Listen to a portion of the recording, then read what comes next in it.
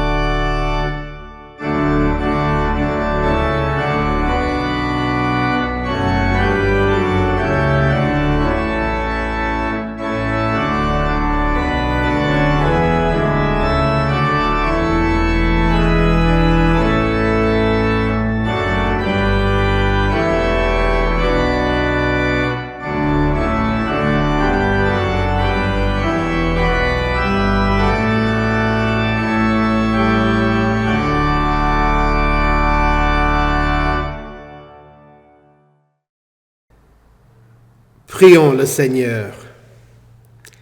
Seigneur Dieu, c'est par l'abaissement de ton Fils que tu as révélé l'humanité déchue. Accorde donc à tes fidèles une allégresse infinie.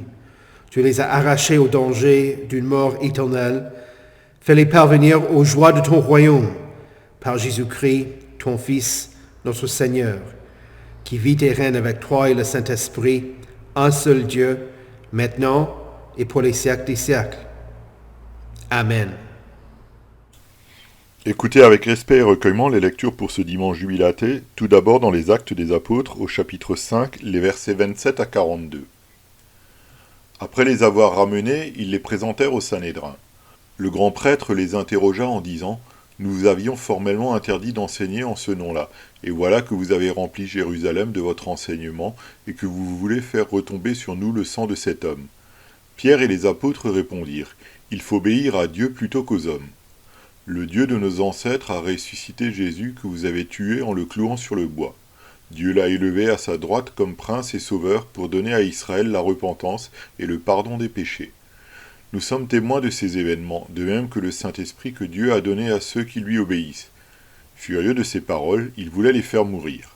Mais un pharisien du nom de Gamaliel, professeur de la loi estimé de tout le peuple, se leva devant le Sanhédrin et ordonna de faire sortir un instant les apôtres. Puis il leur dit, « Israélites, faites attention à ce que vous allez faire vis-à-vis de ces hommes. En effet, il y a quelque temps, Teudas est apparu. Il prétendait être quelques-uns et environ 400 hommes se sont ralliés à lui. Il a été tué et tous ses partisans ont été mis en déroute. Il n'en est rien resté. Après lui est apparu Judas le Galiléen, à l'époque du recensement. Il a attiré du monde à sa suite. Lui aussi est mort et tous ses partisans ont été dispersés. Maintenant je vous le dis, ne vous occupez plus de ces hommes et laissez-les faire. Si cette entreprise ou cette activité vient des êtres humains, elle se détruira. En revanche, si elle vient de Dieu, vous ne pourrez pas la détruire. Ne courez pas le risque de combattre contre Dieu. » Ils se rangèrent à son avis. Ils appelèrent les apôtres, les firent fouetter, leur interdirent de parler au nom de Jésus et les relâchèrent. Les apôtres quittèrent le Sanhédrin, joyeux d'avoir été jugés dignes d'être maltraités pour le nom de Jésus. Et chaque jour, dans le temple et dans les maisons, ils ne cessaient pas d'enseigner et d'annoncer la bonne nouvelle de Jésus le Messie. Ici prend fin la lecture des Actes des Apôtres. Écoutez également la lecture de l'Apocalypse, chapitre 5, les versets 11 à 14. Je regardais et j'entendis la voix de nombreux anges rassemblés autour du trône, des êtres vivants et des anciens. Ils étaient des myriades et des milliers de milliers.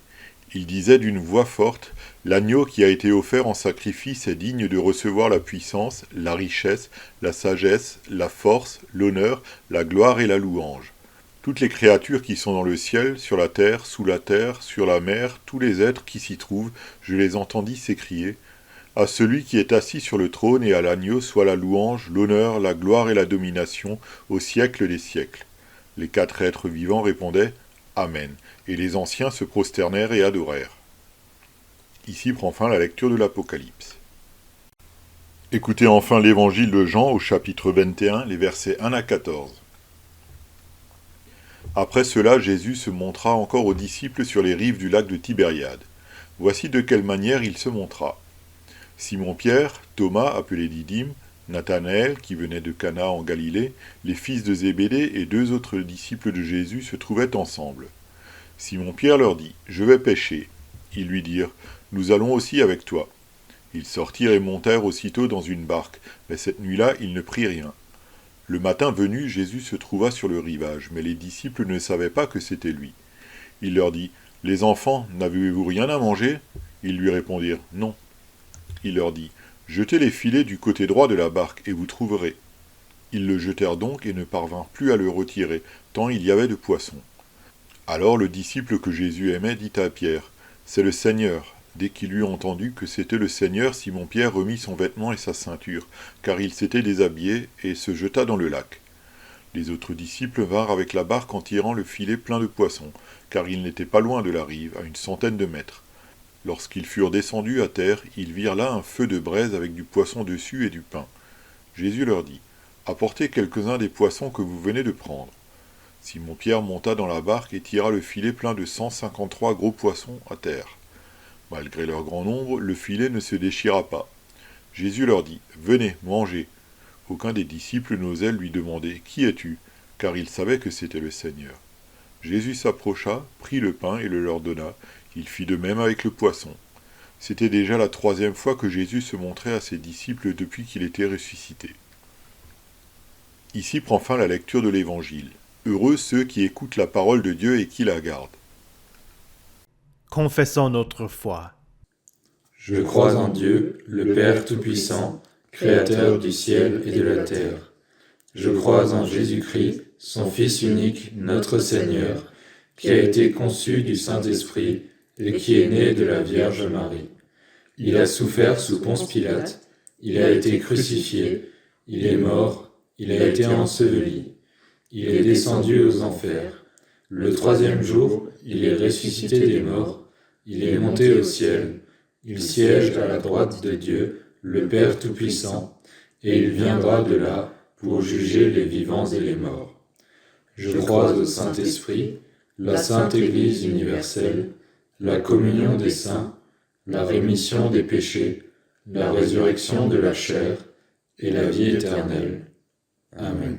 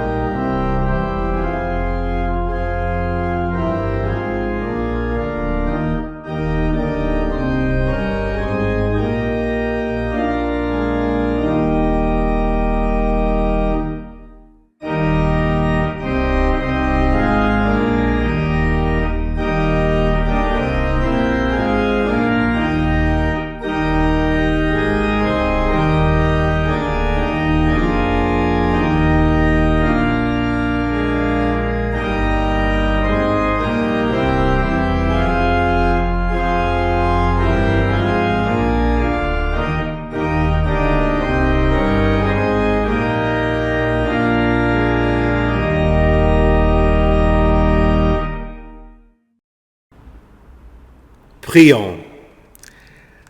Seigneur Jésus, tu te montras à tes disciples en Galilée sans qu'ils te reconnaissent immédiatement. Aide-nous à reconnaître tes œuvres et ta présence parmi nous, même si nous ne te voyons pas. Toi qui vis et règnes avec le Père et le Saint-Esprit, un seul Dieu, pour les siècles des siècles. Amen. Christ est ressuscité. Il est vraiment ressuscité. Alléluia. Jésus apparut à ses disciples plusieurs fois après sa résurrection. Néanmoins, la présence visible de Jésus durant les 40 jours entre la résurrection et l'ascension n'était pas un événement quotidien, mais exceptionnel. Et d'habitude, le dimanche.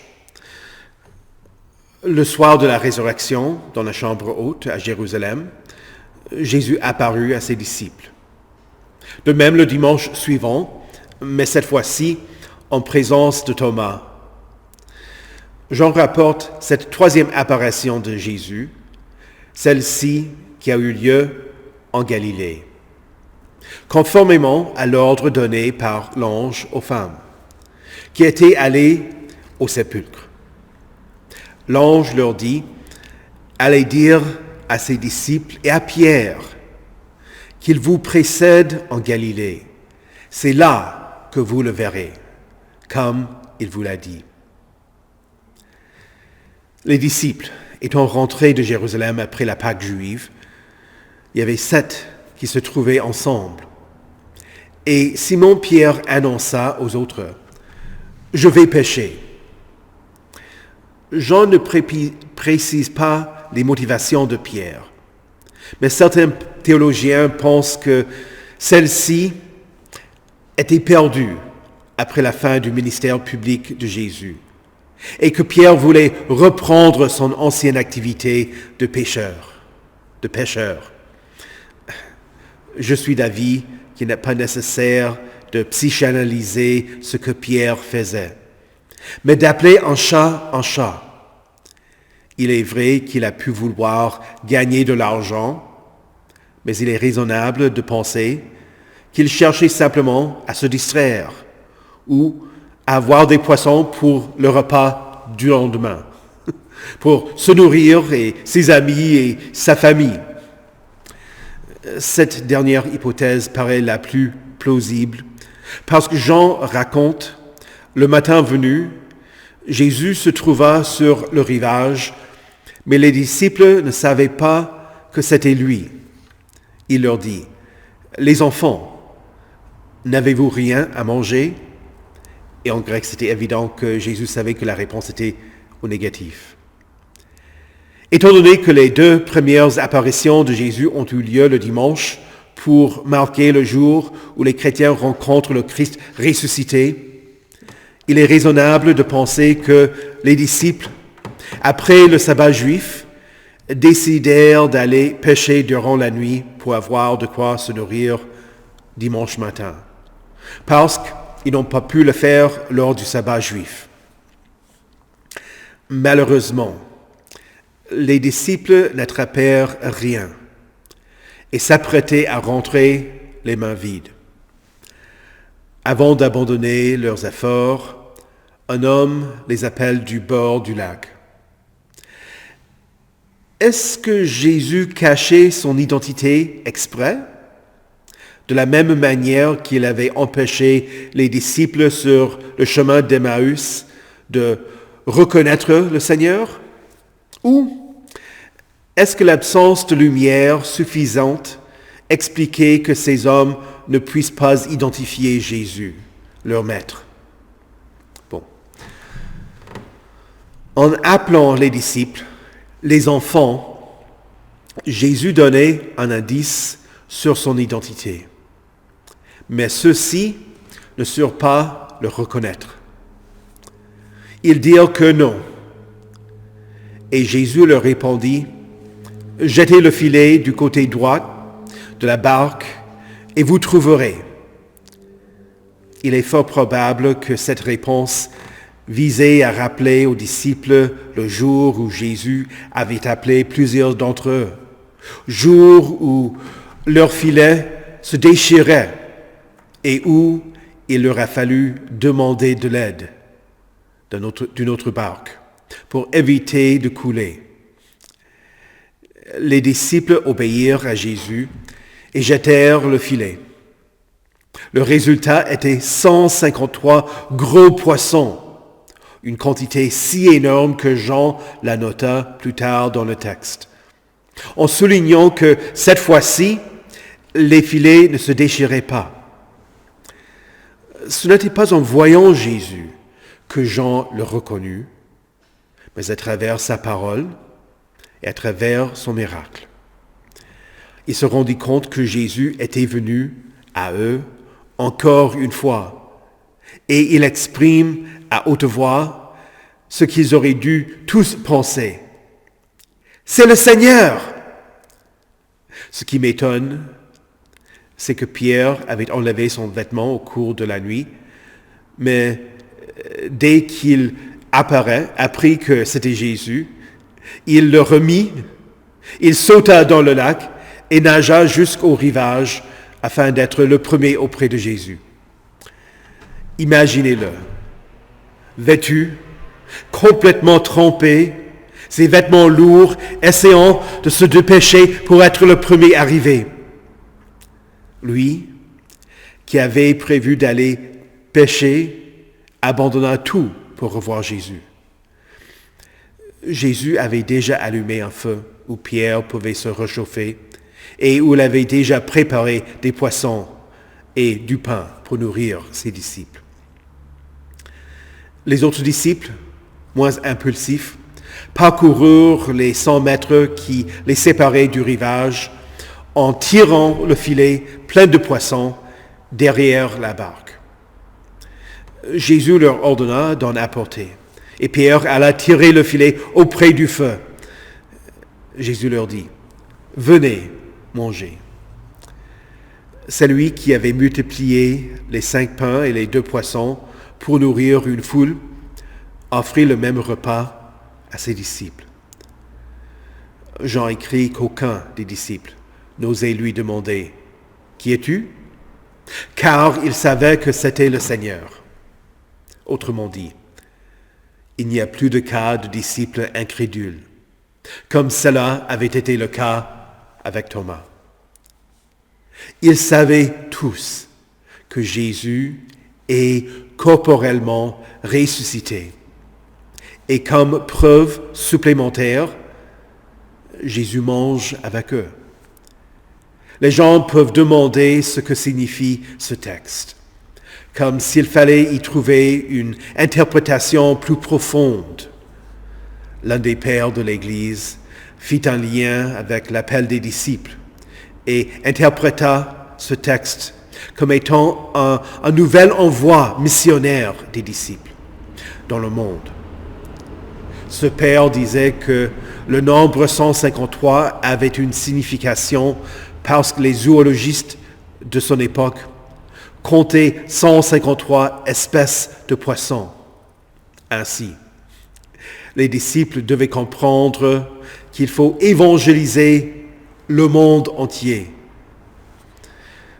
Ce type d'interprétation est abusif concernant ce texte, parce que le sens littéral est la seule bonne façon d'interpréter le texte. Ne suffit-il pas que Jésus, le Seigneur ressuscité, se soit présenté auprès des disciples une troisième fois et qu'il le fait, et que le fait qu'il ait un corps soit souligné par le fait qu'il mange avec eux et que le Seigneur fasse encore des miracles? Celui qui avait fait des signes miraculeux pouvait en réaliser pour le bien-être de son disciple, tout en leur rappelant son enseignement. Cela dit, nous pouvons appliquer ce texte à la vie de l'Église et à celle des chrétiens. La loi de ce texte est que les disciples ne se rendirent pas compte de la présence de Jésus parmi eux. L'Évangile montre que Jésus vint auprès d'eux et se révéla à travers ses paroles et ses œuvres. Quant à l'Église, du point de vue humain, elle n'est pas toujours belle et glorieuse. Elle est corrompue par de faux enseignants qui, bien qu'agissant au nom de Christ, ne prêchent pas la vérité et ne prêchent pas Jésus le ressuscité. Elle se tourne vers le monde et dit « Que puis-je faire pour le changer ?» Parfois, l'Église devient orgueilleuse et se vante. Et il faut que Jésus l'abaisse. Elle considère ses ressources et craint pour son avenir, comme si Jésus ne prenait pas soin d'elle. Elle fait face au conflit entre ses membres. Elle perd sa confiance face aux épreuves et oublie la promesse que Jésus fit. Les portes du séjour des morts ne prévaudront point contre elle. Elle s'habitue à entendre la parole et à constater l'administration des sacrements. Et elle dit, « Est-ce tout? Pas de signe miraculeux ?» L'Église oublie qu'elle est la création de Christ et qu'elle ne sera ni plus ni moins que ce qu'il souhaite qu'elle soit. Elle est exactement ce qu'il a créé et ce qu'il continue à soutenir. Mais comme les disciples qui n'ont rien attrapé en dépit de leurs efforts, Jésus vient à son Église. Il est présent ici. Nous ne le voyons pas, mais il nous parle et nous entendons sa voix à travers sa parole. Il est le chef de l'Église. Il l'accompagne, il la nourrit. Il pourvoit à ses besoins. Il la fait croître. Il lui donne son esprit. Et ce qu'il fait suffit. Ce qu'il veut, c'est une Église qui pardonne et qui est pardonnée. Une Église fidèle. Une Église envoyée dans le monde. Et l'Église est exactement ce qu'il a créé. Au cours de cette semaine, les pasteurs de notre synode se sont rassemblés. Ils ont étudié des textes bibliques. Ils ont pris des décisions concernant l'organisation de l'avenir. Ils ont préparé des projets de résolution que toute notre synode pourra adopter en AGS. C'est le travail collectif des paroisses de notre synode. Et si cela n'était pas assez, le conseil synodal s'est réuni à Paris afin de faire le bilan de la situation actuelle et de réfléchir à ce que nous souhaitons voir dans l'avenir. Et voici le résumé de ma petite méditation que j'ai préparée pour la réunion.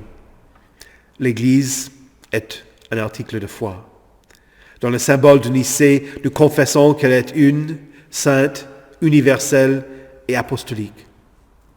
Malgré les divisions au sein de l'Église universelle, en dépit des péchés qu'elle commet, en dépit de sa réticence à s'engager dans la mission et bien d'autres faiblesses, Christ demeure le chef de l'Église et il ne l'abandonne pas.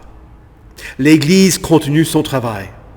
Elle ne sert pas un maître mort, mais le Seigneur vivant. Sans lui, elle ne peut rien faire. Mais il vient à son Église et il lui donne ce qu'il veut qu'elle reçoive. Non seulement les biens de ce monde, mais il rassemble les croyants et il leur procure l'enseignement dont ils ont besoin. Il les pardonne, il les envoie et il les prépare à la vie du siècle à venir. Au nom de Jésus-Christ, le ressuscité. Amen. Que la paix de Dieu, qui surpasse toute intelligence, garde vos cœurs et vos esprits en Jésus-Christ pour la vie éternelle. Amen. Prions le Seigneur pour ceux qui exercent des responsabilités d'autorité dans ce monde, afin qu'ils agissent de manière juste, pour les parents envers leurs enfants, pour la direction des écoles et les enseignants envers leurs élèves, pour le président, le premier ministre, le président de la région et les maires envers leurs citoyens, pour les gendarmes, les policiers, les agents pénitentiaires et les juges, et pour les pasteurs qui exercent une autorité spirituelle sur leurs paroissiens, ainsi que pour toutes les personnes, afin que nous agissions avec respect, sachant que toute autorité vient de Dieu et celles qui existent ont été établies par Dieu. Prions le Seigneur. Seigneur, aie pitié. Pour tous les chrétiens qui souffrent à cause de ceux qui abusent de leur position d'autorité, en particulier pour l'Église persécutée, notamment les chrétiens qui sont maltraités pour le nom de Jésus, afin qu'ils soient courageux et prêts à dire « Il faut obéir à Dieu plutôt qu'aux hommes ». Prions le Seigneur. Seigneur, aie pitié. Pour les agriculteurs, les éleveurs et les pisciculteurs, et ceux qui travaillent pour que nous recevions notre pain de ce jour, pour un temps favorable et pour une récolte suffisante pour rassasier ceux qui ont faim. Prions le Seigneur. Seigneur, aie pitié.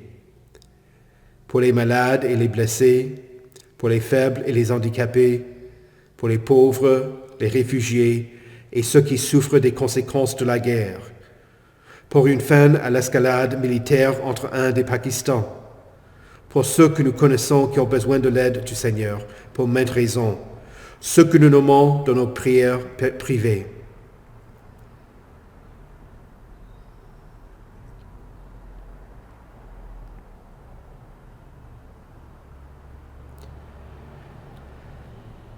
Prions le Seigneur. Seigneur, aie pitié. Dieu de bonté, entends nos prières et exauce-nous selon ta bonté et ta miséricorde.